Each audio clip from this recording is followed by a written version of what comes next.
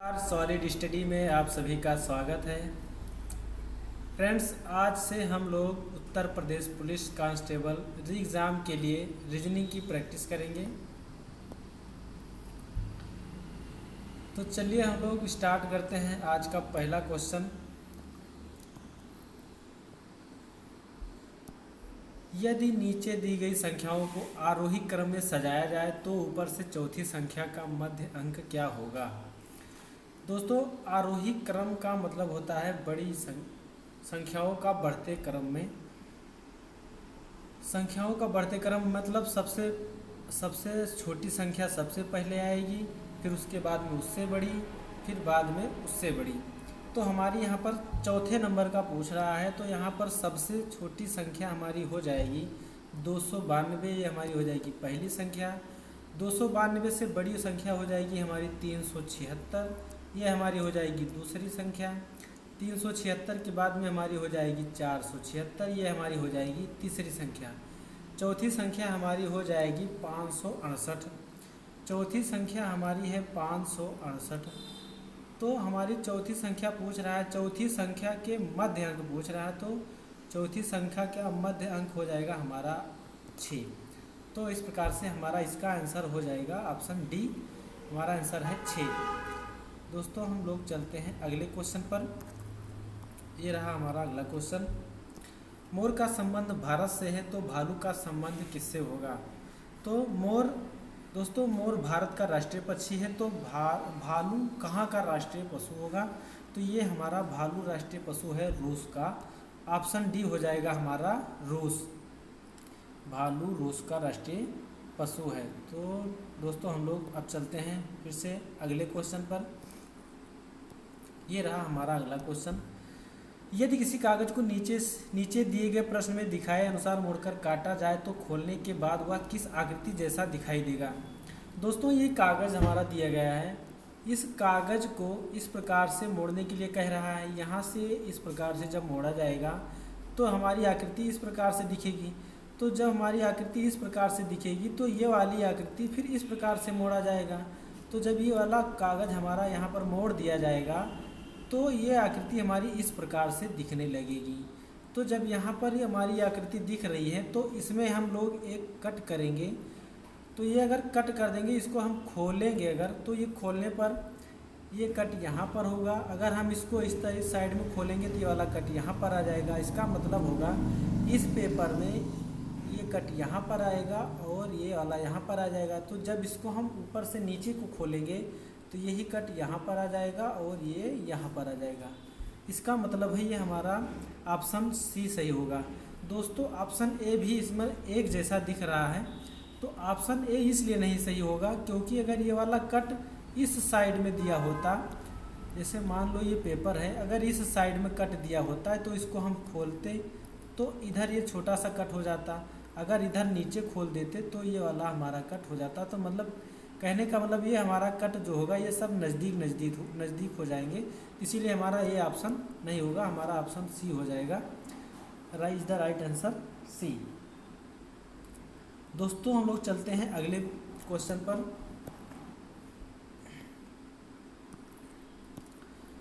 एक सर्वेक्षण से पता चला कि 62% लोग दूरदर्शन पर समाचार देखते हैं, 44% लोग समाचार पत्र पढ़ते हैं तथा 24% लोग समाचार पत्र भी पढ़ते हैं और दूरदर्शन पर समाचार भी देखते हैं।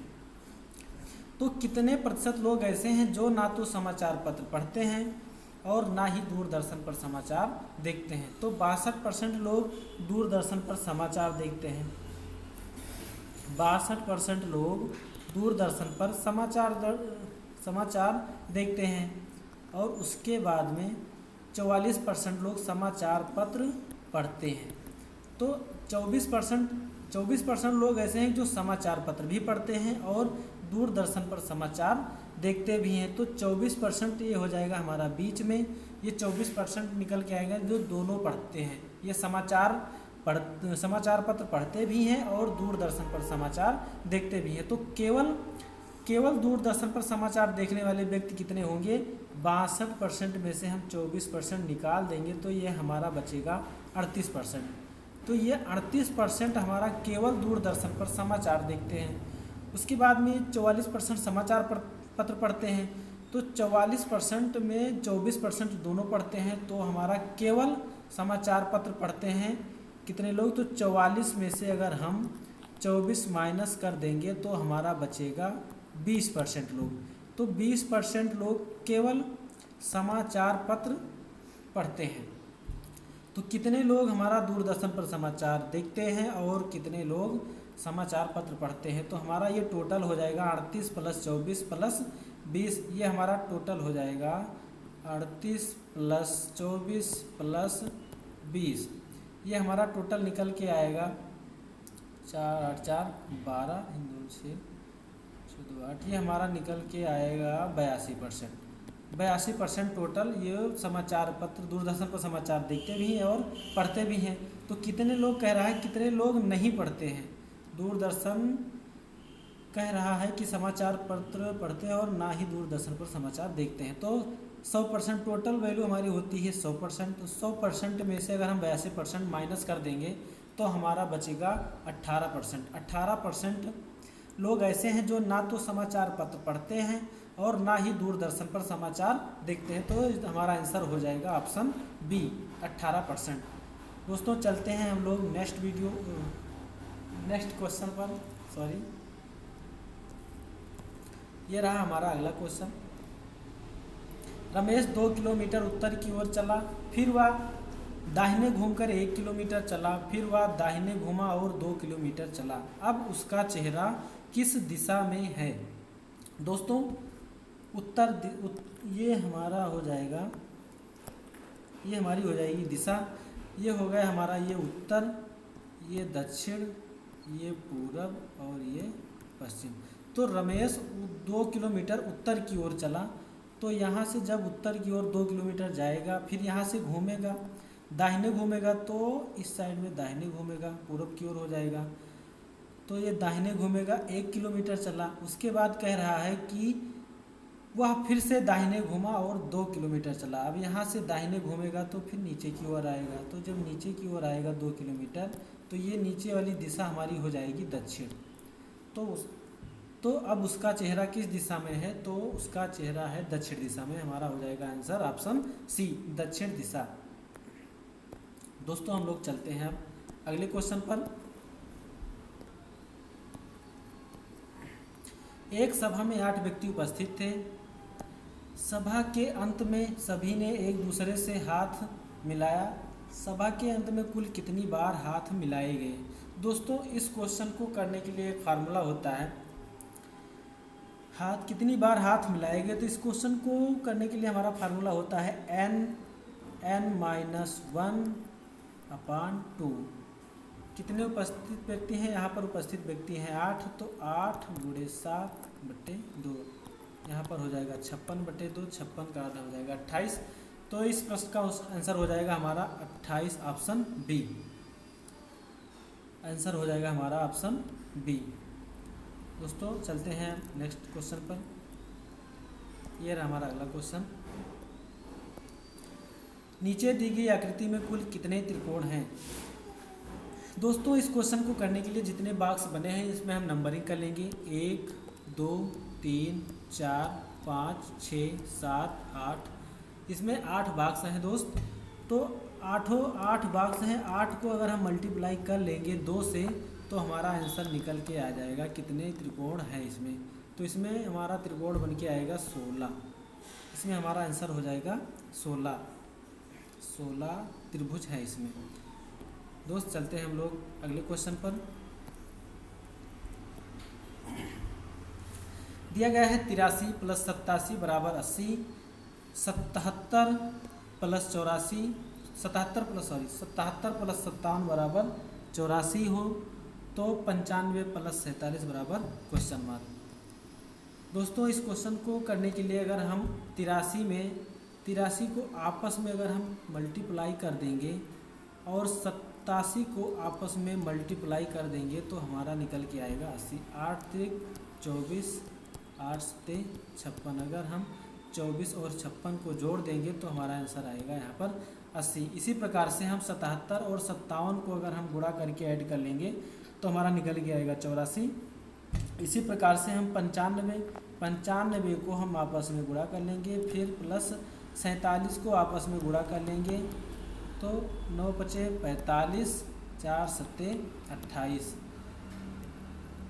यहाँ पर हम दोनों को ऐड कर लेंगे, 8 5 13, 4 2 6 1 7। यहाँ पर हमारा आंसर आएगा 73।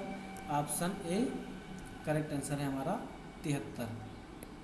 चलते हैं दोस्तों हम लोग अगले क्वेश्चन पर। यदि 26 जनवरी 2015 को सोमवार रहा हो तो 2 अक्टूबर 2015 को कौन सा दिन होगा।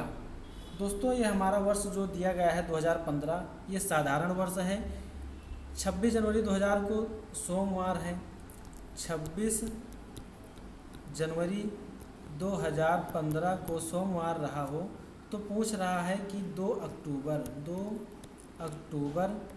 2015 को कौन सा दिन होगा। दोस्तों ये हमारा साधारण वर्ष है और सेम वर्ष है दिया गया है। अब यहाँ पर हम लोग देखेंगे कि जनवरी में कितने दिन अभी बाकी हैं बीतने में। तो 26 दिन हमारा बीत चुका है और कितने दिन शेष बचे हैं। 26 में अभी हमारा जनवरी बीतने में 5 दिन शेष बचे हैं। उसके बाद में जनवरी हमारा ये कंप्लीट हो गया। जनवरी के बाद हम लोग देखेंगे साधारण वर्ष है तो साधारण वर्ष में फरवरी के विषम दिन 0 होते हैं, तो फरवरी में विषम दिन हो जाएगा हमारा 0।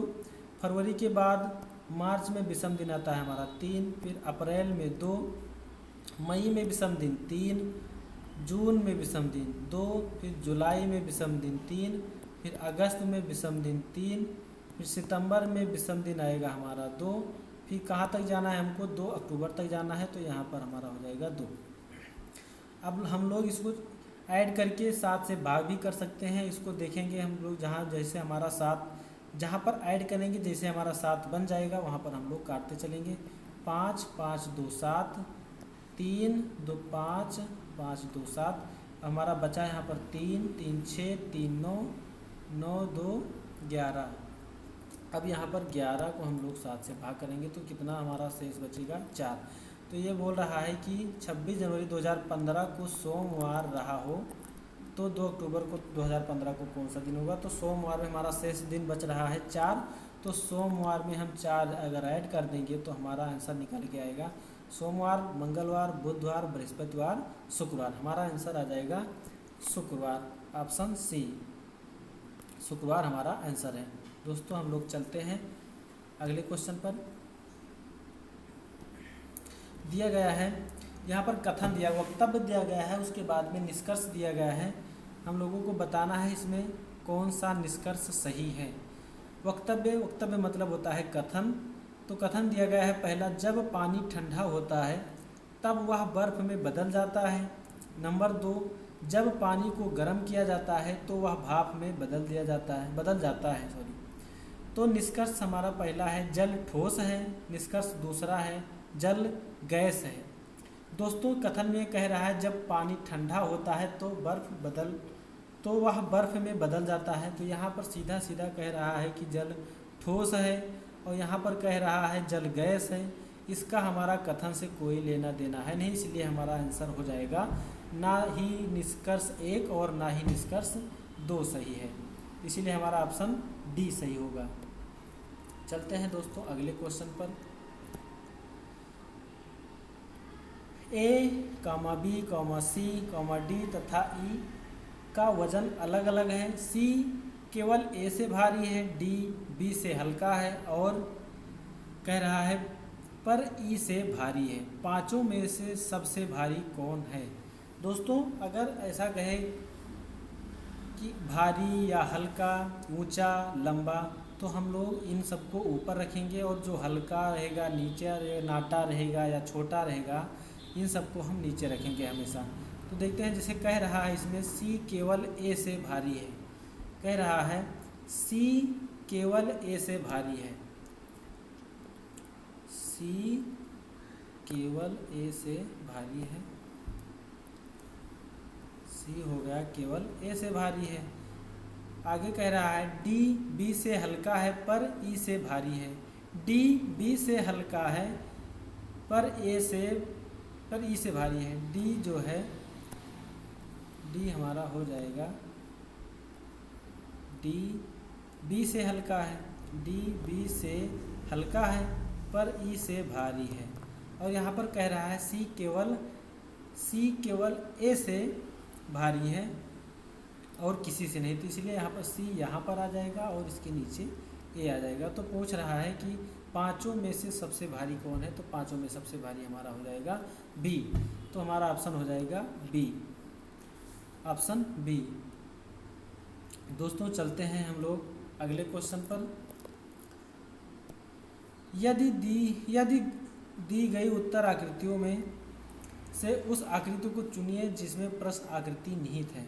दोस्तों ये फिगर हमारा दिया गया है, इसमें हमें ये बताना है कौन से ऑप्शन में ये हमारा फिगर निहित है। तो अगर हम लोग देखेंगे ऑप्शन ए में, तो ऑप्शन ए यहाँ पर ये हमारा छोटा हो जाएगा, इधर ये सारे के सारे ये सब बड़े हैं, इसलिए हमारा ये ऑप्शन नहीं होगा। दूसरा ऑप्शन भी नहीं होगा और तीसरा ऑप्शन भी नहीं होगा। ऑप्शन सी देखेंगे दोस्तों, ये रहा जैसे हमारा ये वाला गोला और ये वाला गोला देखेंगे हम लोग, यहाँ पर ये वाला गोला यहाँ पर आ जाएगा और ये वाला बड़ा वाला गोला आधा गोला यहाँ पर हो जाएगा, तो इसलिए हमारा ऑप्शन सी सही हो जाएगा। इस क्वेश्चन का आंसर होगा सी। चलिए दोस्तों हम लोग चलते हैं अगले क्वेश्चन पर। प्रश्न आकृतियों में दिखाए अनुसार कागज को मोड़कर काटने तथा खोलने के बाद वह किस उत्तर आकृति जैसा दिखाई देगा। दोस्तों इसमें हमारा कागज जो है गोल आकार का कागज है, ये ऊपर से नीचे की ओर मोड़ा गया है, नीचे से फिर इस साइड में मोड़ा गया है। अब यहाँ पर दिया गया है 3 बिंदु है हमारे पास। अब देखना है ये 3 बिंदु नीचे के साइड में कहाँ पर हैं। ऑप्शन ए में नीचे इसमें 2 बिंदु दिखाई पड़ रहा है, इसलिए हमारा गलत हो जाएगा ऑप्शन ए। यहाँ पर भी 2 बिंदु दिखाई पड़ रहा है, इसलिए बी भी ऑप्शन हमारा गलत हो जाएगा। दोस्तों यहाँ पर देखेंगे सी में ये 3 बिंदु है और ये 3 बिंदु इसी प्रकार से दिया गया है, ये हो सकता है। इसमें देखेंगे ऑप्शन डी में, तो ऑप्शन डी में दोस्तों देखेंगे ये वाली बिंदु हमारी जो है 1 बिंदु ऊपर है और 2 बिंदु नीचे दिया गया है, लेकिन इसमें दिया गया है 2 बिंदु ऊपर और 1 बिंदु नीचे, इसलिए हमारा ऑप्शन डी नहीं होगा। इसमें ऑप्शन सी हमारा सही होगा। इस क्वेश्चन का आंसर हमारा ऑप्शन सी है। दोस्तों चलते हैं हम लोग अगले क्वेश्चन पर। यदि एक दर्पण में एम रेखा पर रखा जाए तो दी गई उत्तर आकृतियों में से कौन सी आकृति प्रश्न आकृति का सही प्रतिबिंब होगी। तो दोस्तों इसमें जो प्रतिबिंब वाला क्वेश्चन होता है, इसमें दायां लेफ्ट और राइट ये आपस में ऐसे होते हैं, लेफ्ट का राइट हो जाता है और राइट का लेफ्ट हो जाता है इसमें। तो जो हमारा के दिया गया है, अगर हम इसको लेफ्ट में देखेंगे तो ये हमारा सही इस प्रकार से दिखाई देगा, और बी को अगर हम इस साइड में रखेंगे तो हमारा ये इस प्रकार से दिखाई देगा। तो देखेंगे कौन सा ऑप्शन हमारा इस प्रकार से दिख रहा है। तो दोस्तों हमारा ऑप्शन के यहाँ पर बी वाला ऑप्शन जो है हमारा सही है। के भी इस प्रकार से दिख रहा है और बी भी इस प्रकार से दिख रहा है, तो इस क्वेश्चन में हमारा आंसर हो जाएगा ऑप्शन बी। दोस्तों चलते हैं हम लोग नेक्स्ट क्वेश्चन पर। दिया गया है कथन और निष्कर्ष दिया गया है। इसमें सभी कथन पहला है सभी बकरियां गाय हैं, दूसरा है सभी गायें जानवर हैं, निष्कर्ष है सभी बकरियां जानवर हैं, सभी जानवर बकरियां हैं। दोस्तों इस क्वेश्चन को हम लोग 2 तरीके से कर सकते हैं। एक तरीका है हमारा 150 के नियम से और दूसरा तरीका है वेन डायग्राम से। तो हम लोग वेन डायग्राम से पहले देखते हैं। कह रहा है कि सभी बकरियां, यहाँ पर कह रहा है सभी बकरियां गाय हैं, सभी बकरियां गाय हैं, और दूसरा कथन है सभी गायें जानवर हैं, सभी गायें हमारा क्या हो जाएगा, ये जानवर। अब निष्कर्ष पहला कह रहा है कि सभी बकरियां जानवर हैं। इसमें बकरियां देखेंगे, ये सारी की सारी बकरियां जानवर के अंतर्गत है, तो ये हमारा ऑप्शन निष्कर्ष हमारा पहला सही होगा। देखेंगे दूसरा निष्कर्ष सभी जानवर बकरियां हैं, तो जानवर बकरियां तो जानवर के अंदर हैं, सारी की सारी बकरियां जानवर के अंदर निहित है, लेकिन जानवर बकरी के अंदर निहित नहीं है, इसलिए हमारा ऑप्शन दूसरा निष्कर्ष गलत हो जाएगा। हमारा निष्कर्ष पहला सही होगा। केवल निष्कर्ष एक सही है, ऑप्शन ए, केवल निष्कर्ष एक सही है। दोस्तों चलते हैं हम लोग अगले क्वेश्चन पर। वह बेनारेख चुनिए जो नीचे दिए गए वर्गों के बीच सही संबंध को दर्शाता है। दिया गया है हाथी, शेर और पशु। तो दोस्तों देखेंगे हाथी और शेर दोनों हमारे पशु के अंतर्गत आते हैं। जैसे हम लोग ये मान लेंगे कि ये पशु हो गया, और इसी के अंतर्गत ये वाला ऑप्शन, सी वाला ऑप्शन सही हो जाएगा। ये इसको मान लेंगे हमारा ये हो जाएगा पशु, और इसके अंदर इसको मान लेंगे कि ये हाथी हो जाएगा, और ये हो जाएगा शेर। ऑप्शन सी हमारा सही होगा। पशु, हाथी और शेर का संबंध ऑप्शन सी में सही सही दर्शाया गया है। दोस्तों चलते हैं हम लोग अगले क्वेश्चन पर। आकृति में त्रिकोण की संख्या बताना है। दोस्तों इसमें भी हमको बताना है कि कितने त्रिभुज हैं। त्रिभुज ज्ञात करने के लिए दोस्तों देखो इसमें हम लोग कुछ ट्रिक का फॉलो करेंगे।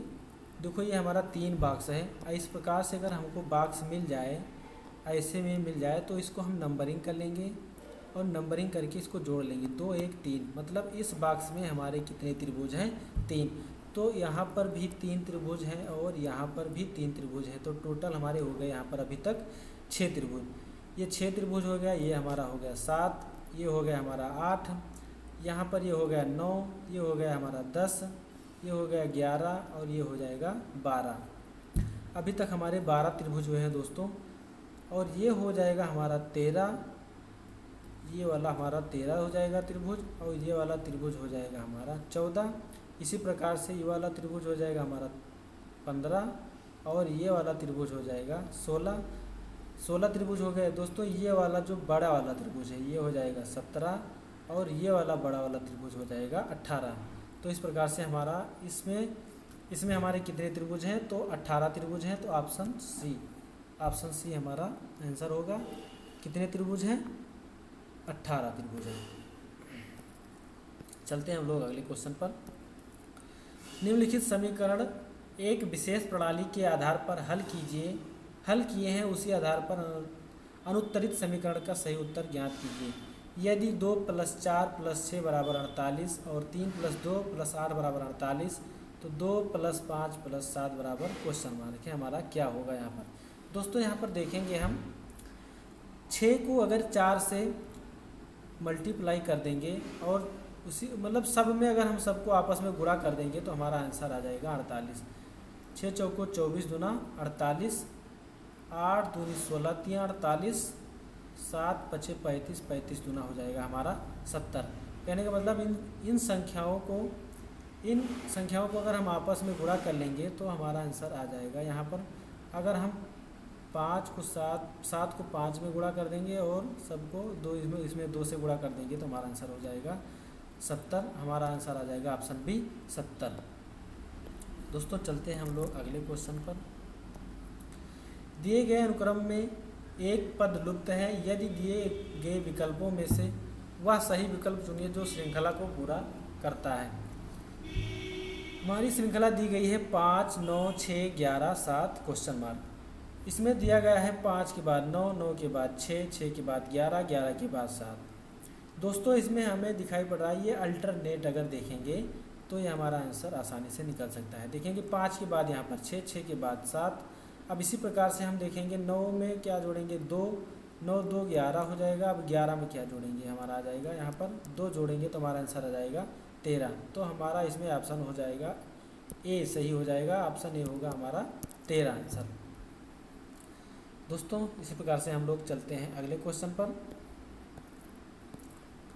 आनंद प्रेमा का पुत्र है, राजू प्रेमा का भाई है, नेहा रश्मि की पुत्री है, नेहा राजू की बहन है।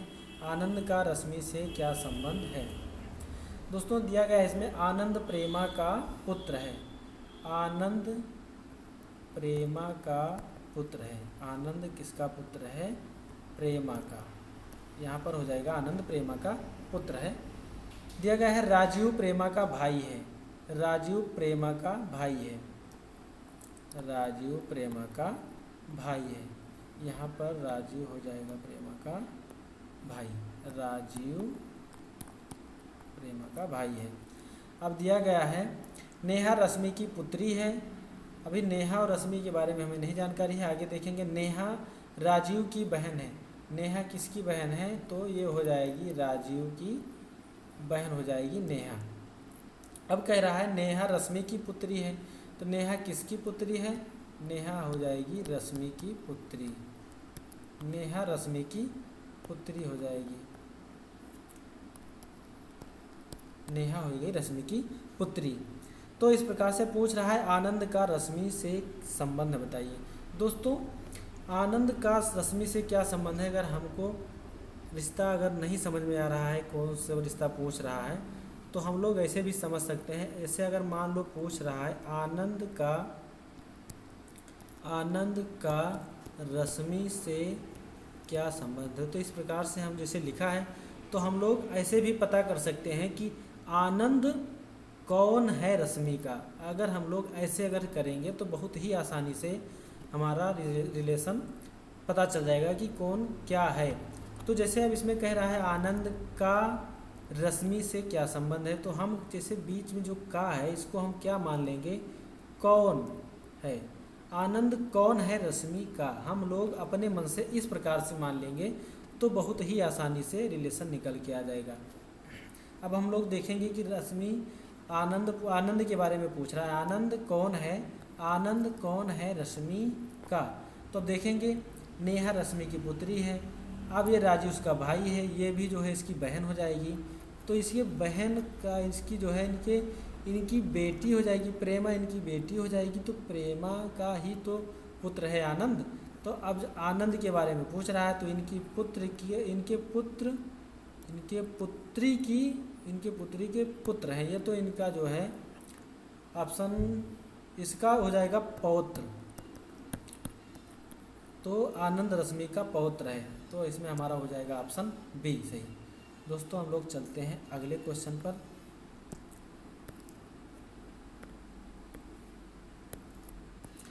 निम्नलिखित विकल्पों में वह शब्द चुनिए जो दिए गए अक्षरों का प्रयोग करके नहीं बनाया जा सकता है। दोस्तों इस प्रकार के क्वेश्चन में हम लोग देखेंगे ऑप्शन से चेक करेंगे। जिस ऑप्शन में जो हमारा ये वर्ड दिया, ये जो शब्द दिया गया है हमारा, इस शब्द से अगर हम जो अक्षर जो इसमें जो कोई भी अक्षर अगर यहाँ पर ऑप्शन में एक्स्ट्रा हमें दिखाई पड़ेगा वो वाला हमारा ऑप्शन गलत हो जाएगा। तो इसमें हम लोग ऑप्शन डी में चेक करेंगे।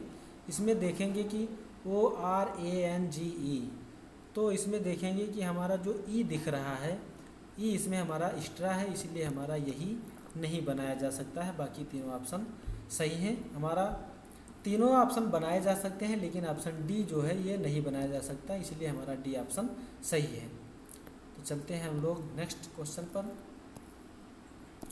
दिया गया है ये शब्द दिया गया है, इस शब्द को इस रूप में लिखा जाता है, तो इस शब्द के किस रूप में लिखा जाएगा। देखते हैं लोग दोस्तों कि इसको कैसे लिखा गया है।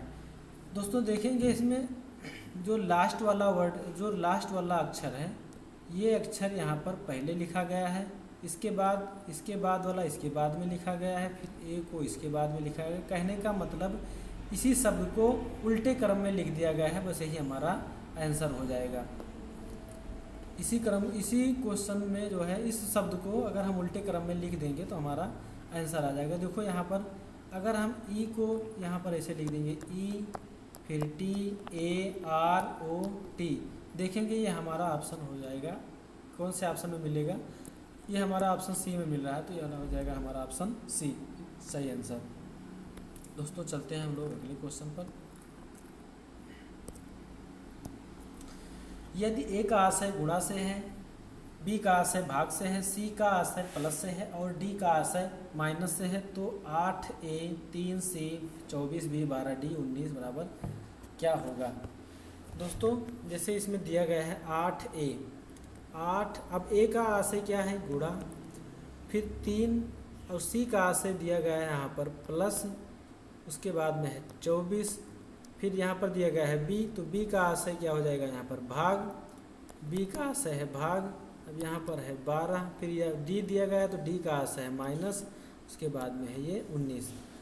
दोस्तों इस क्वेश्चन को सॉल्व करने के लिए हमको बोर्ड मास का नियम पता होना चाहिए। तो बोर्ड मास में पहले बोर्ड मास के आधार पर हमको पहले इसमें भाग देना है, 12 दूना 24, भाग के बाद हम लोग मल्टीप्लाई करते हैं, 8 तिरिक 24, तो यहाँ पर आ जाएगा 24 + 2 - 19। तो 24 में 2 जोड़ेंगे तो 26, 26 में अगर हम -19 करेंगे तो 16 में से हो गया 7। हमारा ऑप्शन बी 7 सही आंसर है। दोस्तों बस आज के लिए इतना ही, मिलते हैं नेक्स्ट वीडियो में, तब तक के लिए जय हिंद जय भारत। क्लास अच्छी लगी हो तो लाइक शेयर एंड सब्सक्राइब ज़रूर करिएगा दोस्तों, धन्यवाद।